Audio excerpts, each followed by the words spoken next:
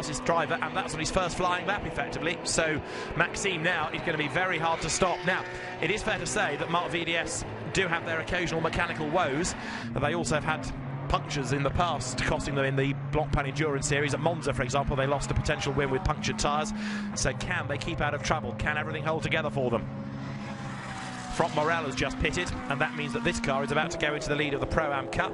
Paul van Splunderen at the wheel, despite his spin. Pierre-Bryce Maynard comes into the pit lane now also, and that's going to give the car to Julien Rodriguez for the last stint.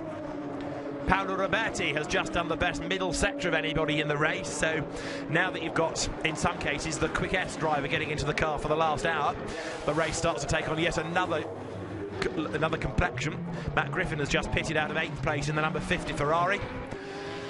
So Maxime Martin leads the way, and Jean-Carl Vernet has managed to stay ahead, I think I'm right in saying, of Michael Bartels. So let's see at the end of this next lap what the gap's going to be between number 40 and number 1. There is Jean-Carl Vernet, kart racer of note, went to race in the Formula Renault Campus Series, had his spell in Formula Renault. In the A1 GP Series, he drove for France, and in Formula 3, he was a Red Bull contracted driver in the Formula 3 Euro Series. Last year, he went to the Indy Light Series, won first time out on the streets of St. Petersburg, won the title, but then didn't have the budget to progress any further. So he's using what funds he has to come into sports car racing now, and to see whether or not this is going to be an area of the sport that is going to reap dividends for him. But certainly Jean-Carl Vernet, in single-seater terms, has been very impressive indeed. Let's see how he makes this transition now to GT cars. Teammate Van Splunderen has just pitted, so the race leader with a personal best final sector last time through for Maxime Martin goes through, having just completed 70 laps. Nico Verdonk's car then running in second place. Let's hear from the Belgian with Haley. Nico, you fought hard to close the gap with the BMW. Unfortunately, you lost some time in the pits. Yeah, that's right. We had some trouble with the mechanic who put on the wrong tire, and there we lost quite a lot of. And there was some confusion, unfortunately, and that's where we lost most of the time at the pit stop. So yeah, it's a shame because we were coming strong back to the Z4, but now yeah, we have to put all our hopes on Jean-Carl to finish the job. So thank you. So that explains it. It wasn't just the extra amount of fuel, it was a wheel going on and then having to be replaced by another one, the mechanic getting the wrong tyre on the car. So Jean-Carl Vernet's last lap was a 43.3. That's over 2 seconds slower than Maxime Martin. Okay, Jean-Carl doesn't know the Ferrari as well, but I can't see him closing that gap, I'm afraid. What we are having to look at next, though, is the situation for 4th and 5th places. Marcel Fassler has come out ahead on the pit stops of Michael Bartels. So number 29 Ferrari, not yet lapping as quickly as the Audi, but that means that it was a slow stop also from 29, doesn't it? So the Vita 4-1 pit stops have not exactly been stellar. Number 1, you just heard, has been delayed in the pits. 29, Michael Bartels, lost a place of the Audi in the pits. Let's see what happens to number 2. That's in the pits at the moment. Number 9, Paolo Roberti, is currently 7th. And at the moment, he is the 2nd fastest man on the circuit. Only Paolo and Maxime Martin are lapping in the 141s at the moment. Roberti, of course, is 2 or 3 laps into his stint now, so for him, everything's up to temperature. He's happy with the car, he knows what he's doing, whereas 1 or 2 other drivers fresh into the cars are still playing themselves in. But Paolo Roberti is going to gain ground before the end, that's for sure. Just ahead on the road, you will see the number 35 Nissan. And that car now, David Brabham at the wheel, is in 6th place overall. But it has to make another pit stop, yeah? It's got to make its 2nd mandatory stop. So Maxime Martin leading the way. Now, is his pace going to be good enough to hang on to this advantage for another 53 minutes? So far, the answer would appear to be yes. He, last time around, did another best lap of the race, 141.021. And so this car may have had a moderately quiet middle stint with Palter at the wheel, but Maxime Martin now is going very rapidly indeed. He's building up the advantage. Just wonder what Jean-Carl Vernet can do behind it. Well, that last lap that he did was almost a second quicker than his previous one. So it's now suggesting that as he gets more confident, he's able to go quicker. But the trouble is he's well over half a minute back. He needs a safety car or Martin to have a problem. In other words, it's only now going to be a drama for this BMW, I think it's fair to say, that will allow anybody to catch, because remember, Roberti and this car, the quickest two on the circuit, and that lap was the best of the race in the 40s, 1:40.763. Maxime Martin rather demoralising everybody else up and down the pit lane, because as you go into the third hour of the race, fresh into the car, and he does fastest lap after fastest lap, and he pulls away. Mighty impressive, backing up what Bas Leinders was suggesting to Haley a little while ago, that when he put Maxime Martin into the car, that he was going to go quickly. Well, I've got to say, Maxime's pace is surprising me at the moment. I didn't think he was going to go this rapidly, and it's a very impressive job that he's doing. So Maxime Martin leads the way, and he's building up the lead, because on the most recent lap through, Jean-Carl Vernet does a slow lap in the 1:44s. He's in danger of being caught now. Let's just see what the gap is between Jean-Carl and 33, which is now being driven by Marcel Fassler.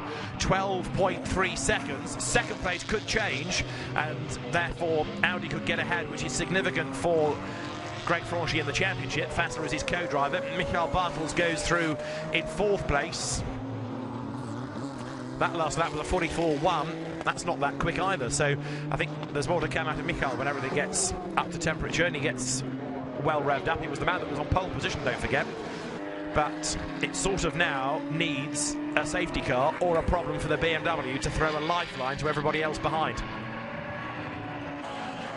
You can see now that darkness is starting to fall, the light fading a little bit, and we have got 51 minutes of the race to go. Can anything unseat Maxime Martin from the race lead? There are still plenty of other drivers pushing on, and there is one of them, Marcel Fassler, hurling the Audi there through the Nürburgring chicane. This is 33.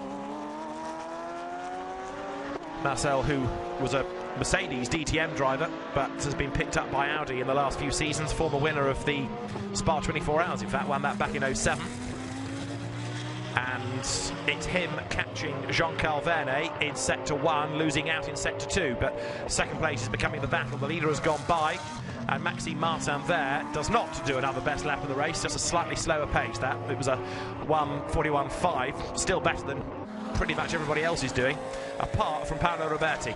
Now, the other driver who is suddenly going very, very rapidly, gosh, what a surprise, is Fred Makovici in 11th place overall. Number 4 Aston Martin, Fred Mako also now putting in laps in the 1:41s, although his next lap much, much slower in the 44s. Maybe that was traffic, or it had a moment somewhere. Through then goes Fassler. The gap second to third, 12.6 seconds. There is Fred Makovici, who is a lap down on the race leaders after a relatively quiet middle stint from Gilles Vannelet in that car.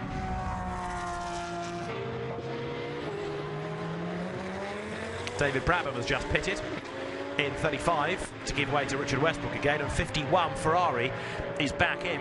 Gino Forgione, Maurizio Basso and Max Mugelli, the three drivers of that car. Max Mugelli shown as being the man in it at the moment, but there's a question mark over who has done the middle stint in that car. So Max Mugelli in 51, he's the quicker driver in that. Now, how's Maxime Martin getting on? Last lap was in the 41s, which is still better than those that are chasing after him. And in the classes, the Pro-Am Cup, Jean-Luc Bobelic ahead of Louis Machiels. Now, over the line has just gone Jean-Luc, who does a 43.7, and Louis Machiels is closing on him. Remember, we saw Louis Machiels do some good laps at the Spa 24 Hours until the radio went down and wasn't connected properly, and he got black flagged for not responding to a drive-through penalty board. So there is the Pro-Am Cup class leader, Jean-Luc Bobelic, who's been racing for many, many years now, and he's being chased by Louis Machiels. The gap is 10 seconds, and the gap is coming down, so there could well be a different Ferrari ahead by the end of the next hour. However, behind them, third in the class, is another car to watch, because number 80 Porsche is being driven now by Philippe Gache. Now, Philippe having his first Blancpain race of the year, but we did see him in French GT races recently, and the 1985 French Formula Ford 1600 champion, hugely experienced driver Philippe Gache, is lapping very quickly indeed. And so as Louis Machiels is catching Jean-Luc Bobelic, so also is Philippe Gache catching Louis Machiels. So it's all concertinaing up in Pro-Am, and not that far behind also is number 50 Jack Gerber back at the wheel after the earlier efforts of Matt Griffin.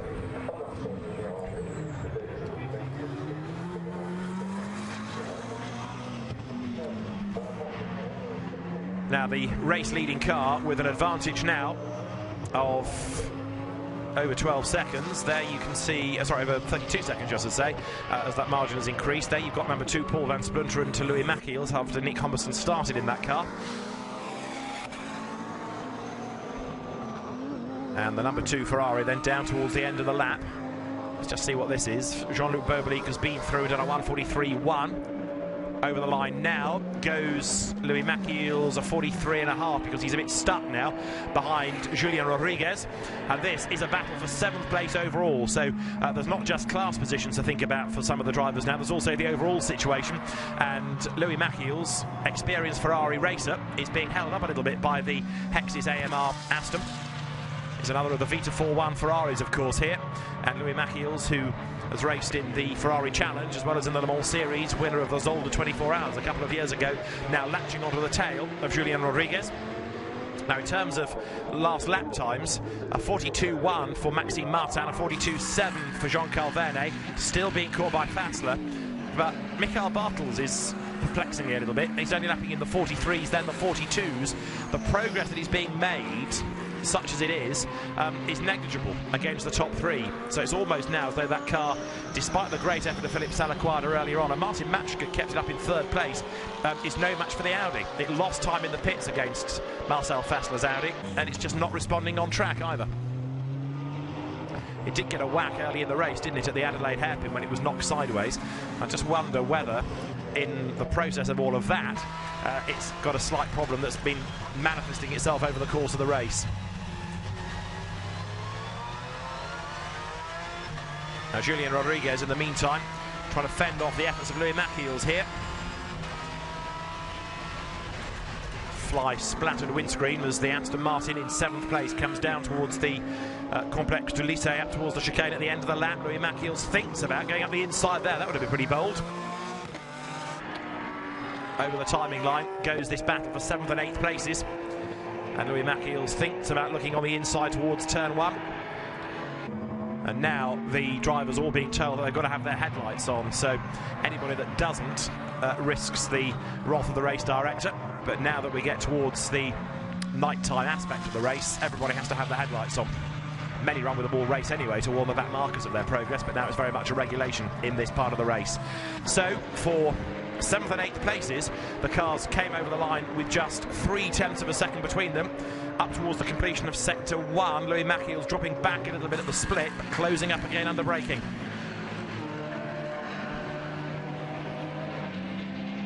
Maxime Martin's last lap a little bit slower in the 42s, but Jean-Carl Vernet was losing time as well.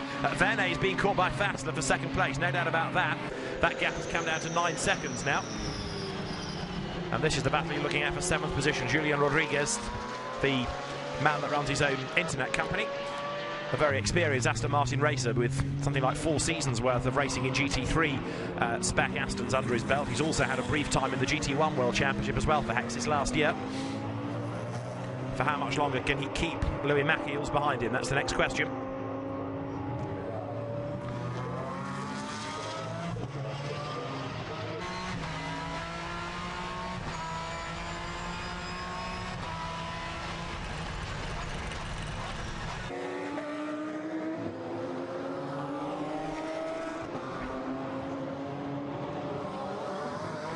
Nose to tail look out of the chicane. Still Rodriguez ahead then of Louis Machiels. And the gap last time we had at, what, 0.3 of a second. It's gone up just fractionally, half a second now. So Louis Machiels drops away again. You have the cars looking closer and further apart, different parts of the circuit as they have their strengths and weaknesses. Well, there is the car of the championship leader. Championship leader is Greg Franchi. He's in the pit lane. So's Haley. Let's hear from them now. Greg, as current team championship leader and driver championship is certainly looking positive for you, looking towards the end of the race. Yes, now he's in 3rd position. He has a good position for the championships. And Marcel, you have pushed for take the 2nd position, and Jean-Carl Vernet, Vita 4. And you have more points for the championships. Thank you. So, as Greg Franchi then, the championship leader, walks away to study the screens, he will be very, very happy to see his car 3rd. He'll be happier if it was 2nd, and even more pleased if somehow it could take the lead of the race away from the number 40 BMW. But that, for the moment, I've got to say, is looking unlikely. the chances of anybody catching Maxime Martin not looking great, although the last lap through was a 43 for Maxime, and Vernet, Fassler and Bartels doing 42s and Paolo Roberti at 41. So was that purely back markers? The answer, yes, because the next lap is in the 42s. Maxime Martin restores normality, if you like, by having a clearer lap and therefore being able to put in what you might call a proper lap time for that car, but certainly the traffic is a factor. There's Bartels, runs fourth. I can't imagine that the pole sitter is going to be over the moon about this. It is not as good as he wants it to be. So gentle with the throttle application coming out of turn 8. Frustratingly long corner that before you can get the power down again. And Bartels, look, he's being caught by Paolo Roberti. Look in the background and you'll be able to see the Porsche of the Italian driver Paolo Roberti. That gap is coming down and down. Now, I was talking about Michael Bartels earlier on before the race started. His many championships won in recent years in GT racing. Paolo Roberti, who came via Formula 3 into touring car racing, drove the Oregon team's Multical and Alfa Romeo 156s for a number of seasons in the ETC. But he now is starting to close on Michael Bartels. There's another Alfa Romeo connection there because Michael raced in the DTM in Alfa Romeos in Jägermeister colours many moons ago. But now Ferrari and Porsche drivers respectively, the gap is coming down between them and it's for fourth place. It's also, of course, this for a Pro Cup class battle as well. So that lap by Bartels was 4/10 slower than Paolo Roberti. So the gap comes down, but not by a great deal, but it is coming down. There is Paolo Roberti.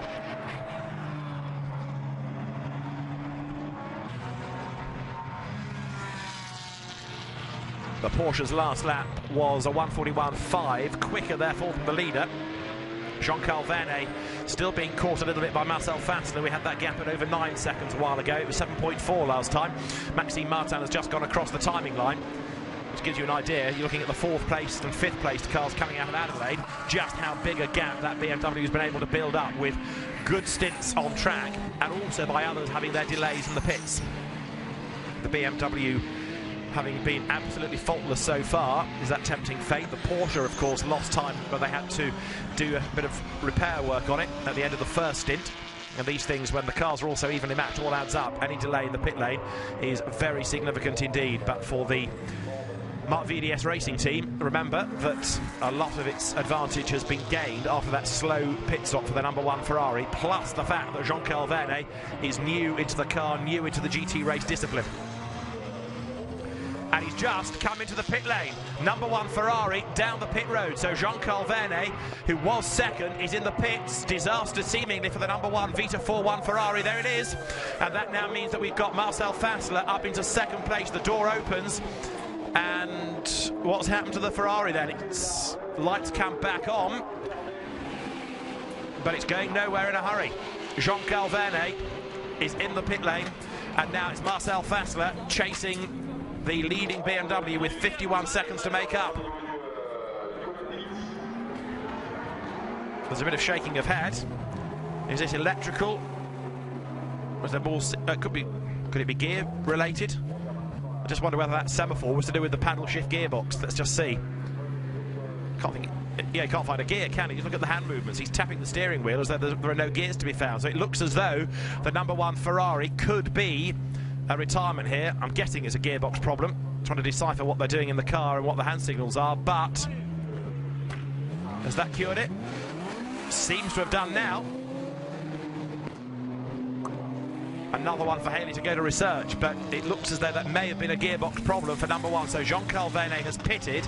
It means that Marcel Fassler takes over second place, and that is yet more points in the championship than for Greg Franchi, which is significant. But I still can't see that car catching the BMW. So we need a drama for the Marc VDS team to deprive them of their first win. And #1 is back in the race, but it's still not right, is it? It is still going slowly. I'm still leaning towards this being gear related or electric problems causing malfunctions in the gearbox. So Jean-Carl Vernet, whose baptism in GT racing has not been a happy one, has got another problem. Therefore, let's try and find out what's happened to #1. Haley, I think, has news in the pit lane, and the Ferrari limps on, but let's join Haley in the pits. Haley, what news? Frank, unfortunately, there seems to be some issues with car #1. What's been going on?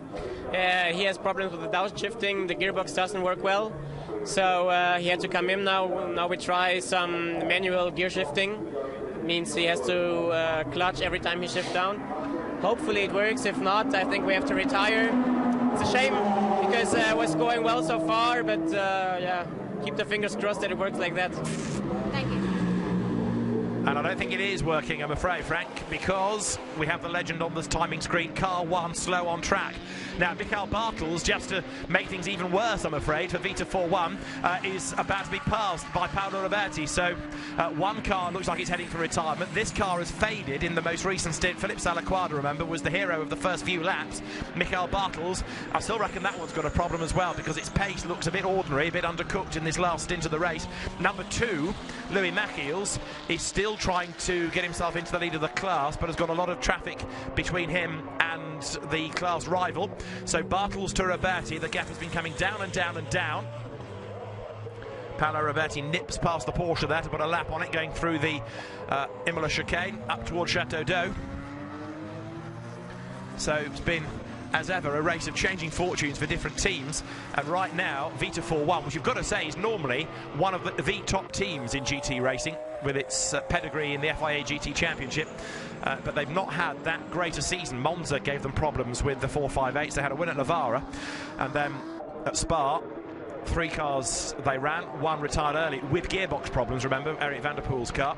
Number 2 was black flagged and had to stop, and the 3rd car that was effectively the Scuderia Vittoria drivers in a Vita4-1 car made it to the end, but the Ferrari 458 still proving that they are a little bit prone to dramas in their first year of racing, although some teams adapting better than others. Vita4-1 courting a Ferrari deal for next year's FIA GT World Championship. Well, it's not going to look great if they keep having problems and can't get the cars to the end of 3-hour races. But for now, 29 is still going, and now up into 3rd place. There it is, Mikael Bartels at the wheel at the Adelaide hairpin. But Paolo Roberti is, as ever, going great guns here, bringing that car back into contention with now just over half an hour of the race to go. 35 minutes remaining here.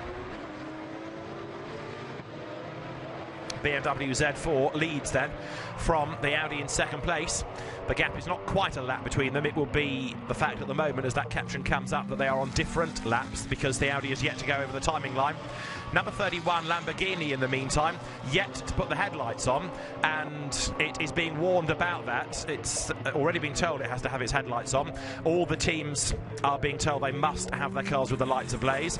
And 31, Greg Gilbert at the wheel of it, the car having had 2 wins already in the Gentleman Trophy and leading the Gentleman Trophy in this race. If he doesn't get the headlights on, is going to be in real trouble here. So Greg Gilbert, former Peugeot 206 Spider Cup racer, driving this year also in the Eurocup Megane Trophy. He was at Silverstone last weekend. Could hit, finally headlights come on as he comes over the line. Yes, the message gets through, and as soon as he comes onto the pit straight, they come on. But do they stay on? No, seems to be the answer. So intermittent they will work. They'll either flash on or off, or they won't stay on. But if they won't stay on, that car's going to have to be brought into the pit lane, isn't it? That'll be a black and orange flag job to bring the car in, because the cars have to have the headlights on. So now the race director will be looking at this. They'll talk to the team first, I would have thought. Lights come on. Now do they stay? They're not exactly bright, but the lights are on just about. But compare them with the brightness of the lights behind, and look also at what's behind. Bartels 3rd, Roberti 4th, nose to tail now. Well, tail lights are okay on the Lamborghini, but it's a class-leading car. Now the lights seem to be okay, so it's taken a while to get around that drama, but now it looks as though all is well. Everything is illuminated as it should be. Mikael Bartels then in that 3rd place, coming under more and more pressure from Paolo Roberti. The gap coming down between them. At the start of this lap, it was over a second. And we've just had into the pits Jean-Carl Vernet. So down the pit road he comes. Is this the end? The car's still 10th. Yes, it's the end, isn't it? It is angled towards the garage, and that is game over. Even if they work on the car and get it back out, it'll be so far down, it's only going to be a test exercise. So effectively, number 1 is a retirement from the race. 31 on the timing screen, the race director reminding the team it has to have its headlights on. Well, they're on now, and here comes Paolo Roberti at the inside. That's for third place, and through he goes. The Porsche moves ahead of the Ferrari on the inside, so Paolo Roberti up into third place. The car that won at Monza creeping back into the picture. Remember, it was down in the teens in that middle stint after time was lost in its first pit stop, and now Paolo Roberti hustling on back into contention. And he has just gone past the man that took pole position, past the car that led in the early stint of the race, past the car that was third when it pitted, and Michael Bartels just dropping away. I'm still intrigued to know what's going on in that car. It does not look anywhere near as competitive as it should do. As I said earlier on in the stint, there was contact between Salaquada and others in the early part. Whether it's that bit of contact that's caused something that's, as the race wears on, causing it to lose pace, it's hard to gauge, but there's just no way that car is looking as competitive as it should do. Bartels, we know, is a quick driver, and the Ferrari fading away now in fourth place. BMW leading, so Maxime Martin is still clear up front. Marcel Fassler is second and doing his best to hunt him down, but the gap's going up, in fact, in the middle sector of the lap. Jean-Carl Vernet, as we've just seen, has retired into the pit lane, and what else do we have in the classes now? We've got the GT4 class being led by the number 62 Lotus, which means therefore that Andrina Guga and Matthias Gamalf are back into the lead of the class, but they've got to make another pit stop. That's only done one stop. So although they've got great fuel economy in that car, the regulations say you've got to do 2 stops, and that car has got another one to make then before the very end. So the class lead now, but it's not going to stay that way. How's the 32 Audi got on after its earlier woes with the damage to the bodywork? That car is now in 16th place. You're looking at 33, which is second, Marcel Fassler. But now, with Bert Langin still shown as being at the wheel of that car, number 32, he is in 16th place. It surprises me if Bert Langin is still in that car. I would have thought Felipe Albuquerque should have been in it by now.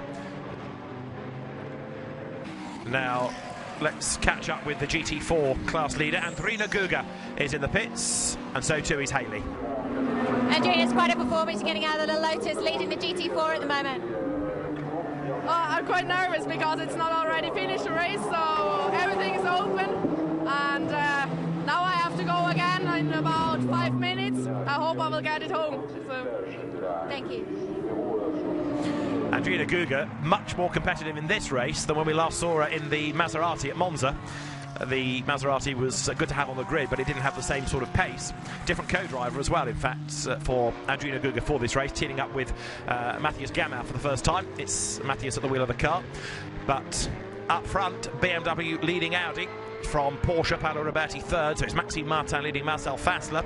Then Roberti is third, fourth is Michael Bartels, fifth is Jean-Luc Bobelic, and sixth is Julian Rodriguez. Seventh is the number 2 Ferrari of Louis Machiels. Now, I was talking a while ago about the Pro-Am Cup class lead.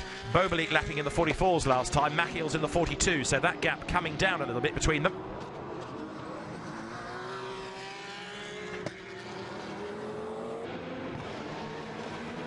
Over the timing line goes Michael Bartels.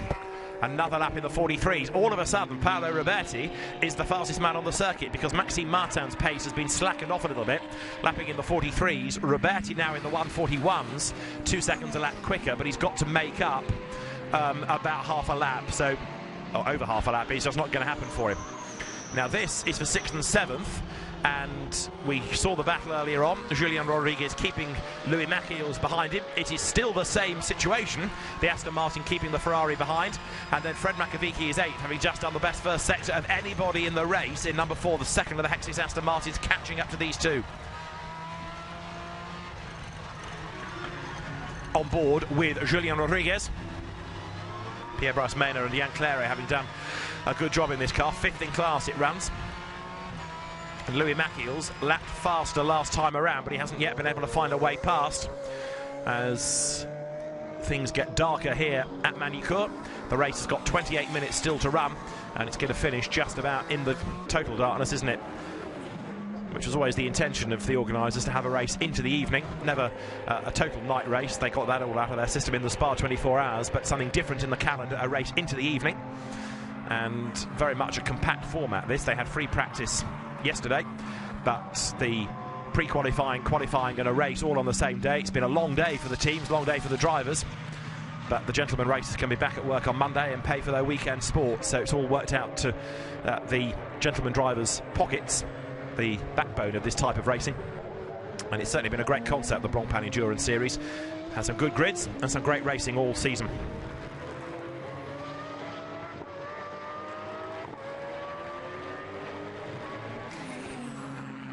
Gap coming down still between the Aston Martin, Julien Rodriguez, and Louis Machiels in the Ferrari. These cars with different strengths. I think it's fair to say that the Aston Martin has the strength from the start line all the way to the Adelaide hairpin, because it's a fast part of the circuit, whereas the Ferrari would be a bit more nimble, so it's good through the infield. One or two more teams getting ready perhaps for their last pit stop, or in one or two cases if they need a bit more fuel, they're ready. The pit booms there up and down the pit road for some. I hope they're not going to be used again. We know that the Lotus is going to have to come in. You heard Andrina Guga talking about the fact she will take over the 62 Lotus Driving Academy car. Now I think that's going to lose in the class, because although that car is leading, not that far behind is number 63, which is going to be taken over by Chris Ward, and Chris then is going to be able, I reckon, to get the lead of the class on this next pit stop. Now, there's number 20, Jean-Luc Bobelic, is still being caught by number 3. Julien Rodriguez goes through, and as I've been saying for the last few laps, Louis Machiels not just getting on the tail of the Aston, but closing on Bobelic for the Pro-Am Cup lead. So there you can see the three cars, the battle becoming ever more relevant now. The trouble is for Machiels that he can't do anything about that Ferrari until he dispensed with the Aston Martin, and that just ain't happening. Up towards Adelaide they go, and the battle on for 6th and 7th, and it's going to be 5th, 6th and 7th before much longer. Jean-Luc Bobelic lapping in the 44s. It's not been a massive gain from the two behind, but it's been adding up over lap after lap after lap. Brakes glowing red hot now on the Aston. Spectacular pictures being displayed now as the cars go through the Adelaide hairpin.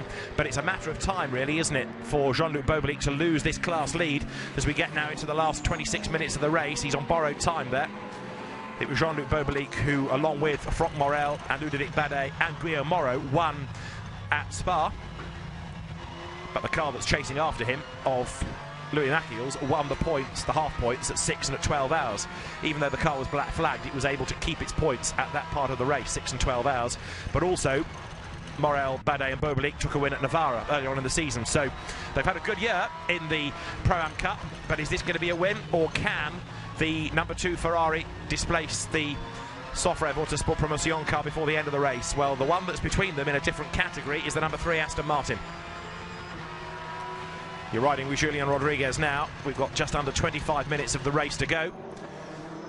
And there is the Aston wriggling its way through traffic out of the chicane, and they're all bunching up. Here they come. So 20 Ferrari laps in the 45s, 2 Ferrari in the 44s. In a sense, we really need Julien Rodriguez to get past Jean-Luc Bobelic, and then we can have the Ferraris scrapping for the class lead. Up front, a very slow lap by Maxime Martin. Maxime Martin, the leader, has just done a lap 5 seconds adrift of what he was doing earlier on, so the gap's coming down all of a sudden, remarkably, between the top 2. A slow lap by the race leader. Is that a rogue lap, or is this the start of something significant? Next time around we'll check. But as I say, a 1:45 by the race leader is quite a slow lap. There he is. All looks well, so let's just suggest it was traffic. First sector time wasn't great this time. Middle sector was okay, and that is Rodriguez off the road. Well, he was catching Jean-Luc Bobelic, and he's gone off up to the Adelaide hairpin by the look of it, and that is one very damaged Aston Martin. It is all happening all of a sudden. Gap drops between the top 2, and number 3, that was in 6th place, is going no further. 23 3/4 minutes of the race remaining. You can see where the accident started. Look at the damage up against the wall. Look at where the tar marks are. And Julien Rodriguez has had a big off. There's bodywork, there's debris on the road. Is this going to be a safety car? If a safety car were to come out now, this, look at the debris over the road. I would imagine that has got to be a safety car. And I'm not saying that in hope. It's a poly sign that's gone everywhere, but can they thread their way through it? There's also lots of damage to the car. There was bits of the rear wing scattered everywhere on the road. But that coming from a fast part of the circuit up to the hairpin, I'd be surprised if they allowed that to continue without the safety cars being deployed. We do get the safety car, and Maxime Martin, after a lap in the 145s, has done another lap in the 143s. We do get the safety car period, and this potentially now throws lifelines not just to the Marcel Fassler Audi, but to Paolo Roberti. It's not just to get that car out of the way, it's also to get the debris off the road, the polystyrene sign, bits of the rear wing of the car. And so now 62, the GT4 leading Lotus, comes into the pit lane. Anybody that's a bit marginal on fuel can come in now as well. They get a get out of jail free card at this point as well.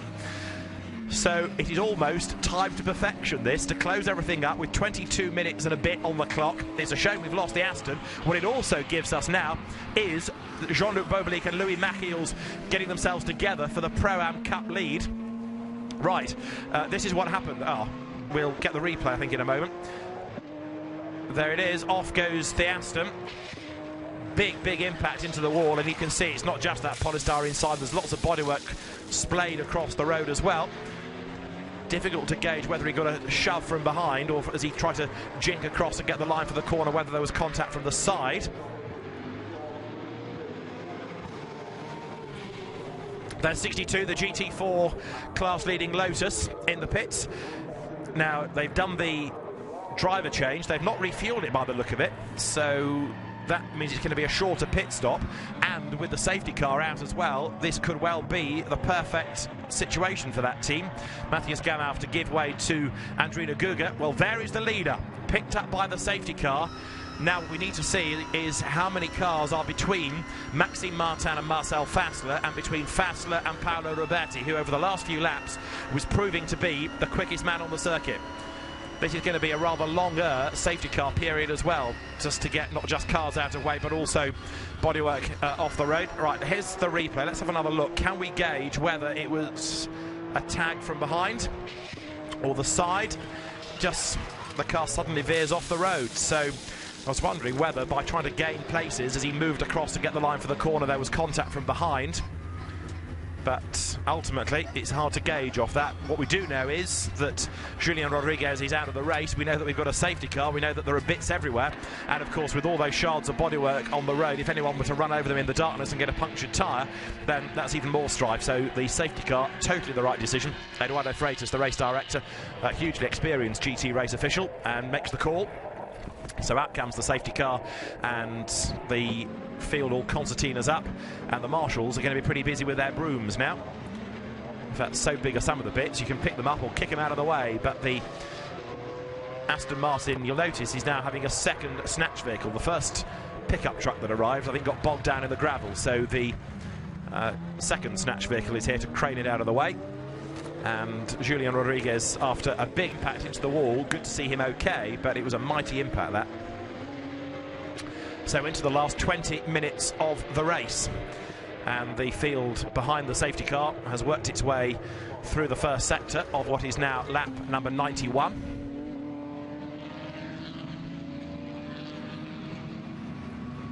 That's GT4, the way it looks at the moment. Andrina Guga led when the car came into the pit lane. Chris Ward in the Nissan is second, and then Greg Mansell's Lotus third. But could it be a first win for Andrina Guga and Matthias Gamow? And they may have done this very, very well, because if they've only made one refueling stop but a second change of driver, it becomes a much shorter pit stop, and the safety car has played right into their hands. So at the end of the next lap we can double check if Andrina has kept hold of her advantage, but I think the answer is yes, she has. Let's just see then. The field comes through the Chateau d'Eau part of the circuit, and this is the race leader's view. For how long will he have to sit behind the safety car? The SC lights flash on the gantry near the start and finish line, to which they approach now.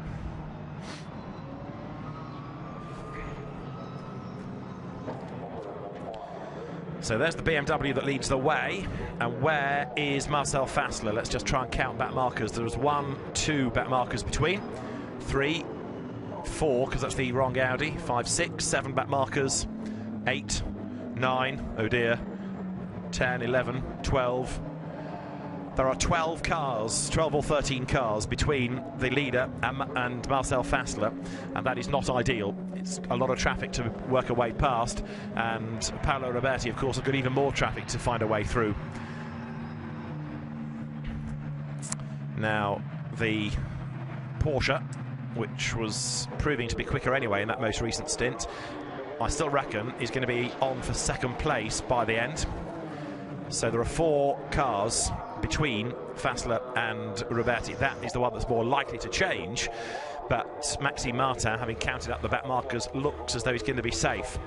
It's going to take Fassler a little while to get through the traffic, and some of those back markers are able to run at the same pace, those that are, for example, 6th, 7th, 8th in the race anyway.